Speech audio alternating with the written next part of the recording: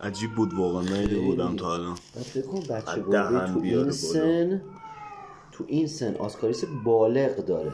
بالغ نه آخرین کرم توی حلقش گیر کرده. دوستانی که میپرسن اگه انگل تراپی نکنیم چه اتفاقی میفته، از این قبیل اتفاقات قراره بیفته واسه بچه‌تون. مشخصه این؟ آره این کرم آسکاریسه. میدونی از کجا در اومده؟ توی دهنش انقدر لود این آسکاریس بالا بوده که از معده پر شده، وارد حلق شده. فکر کنم علت خفگی و مرگش هم به همین علت بوده. این داخلش باز کنیم ببینیم چه خبره. وضعیت داخل معده است. کرم آسکاریس رو میبینید؟ وقتی معده میاد تو آسکاریس، لود روده بسیار بالا بوده. میخواد بگید مثلا این به انسان انتقال پیدا میکنه؟ بله 100%. از طریق دفعی که این حیوان داره، تخمایی که این آسکاریس دارن داخل مدفوعشون میمونه.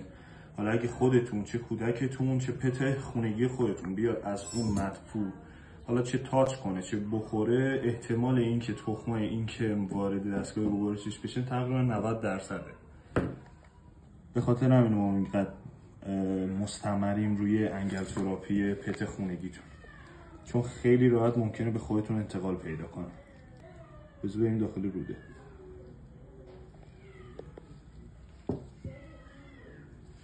ببینید لود روده رو من یه برش زدم تونستم یه دونه در بیارم.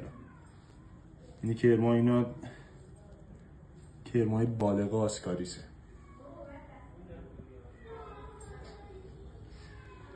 حالا توی ویدیوهای دیگه میام علائم این که پتتون آسکاریس داشته باشه یا انگل گوارشی داشته باشه رو میذارم، و اینکه خودتونم ممکنه چه علائمی داشته باشید اونم جداگانه میذارم. دکتر خسته نباشین. من یه سوالی از خدمتتون داشتم. اصلا پروتکل انگل تراپی چیه؟ پروتکل انگل تراپی به این صورته که ما باید از 2 هفتگی به پت هامون داروی ضد انگل بدیم تا 12 هفتگی یا 2 ماهگی. از 2 ماهگی تا 6 ماهگی باید ماهیانه بهشون قرص ضد انگل یا شربت ضد انگل بدیم و از 6 ماهگی به بعد هر 3 ماه باید داروی ضد انگل دریافت کنیم. آخه گربه من که خونه بیرون نمیره، اصلا نیازی هست که ضد انگل بخوره؟ خب این سوال خیلی از اونر هاست نسبت به ما.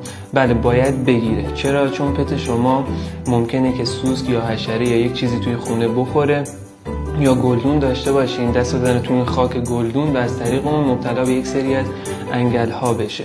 و به خاطر همین ما توصیه‌مون اینه که حتما ضد انگل دریافت. اصلا کجا متوجه بشیم که پت ما انگل داره؟ معمولا پتایی که درگیری انگلی دارن ممکنه توی مدفوعشون که مدفوعشون حالت اسهالی داره، دونه‌های سفید رنگی که ما به اصطلاح بهش میگیم دونه‌های شبیه به دونه‌های برنج ببینین، یا رشته‌های حالت کرمانند که از پشتشون آویزون میشه و توی مواردی حتی اگه شدید باشه ممکنه با استفراغ حالت تعبو هم خارج بشه که اگه شدید باشه خطرناکه و ممکنه با خدایی نکرده باعث ایجاد انسداد و مشکلات گوارشی سنگین بشه. خیلی متشکرم از توضیحاتتون. شما هم اگه سوالی داشتین توی کامنت همین پست از ما بپرسید، حتما پاسخگوییم.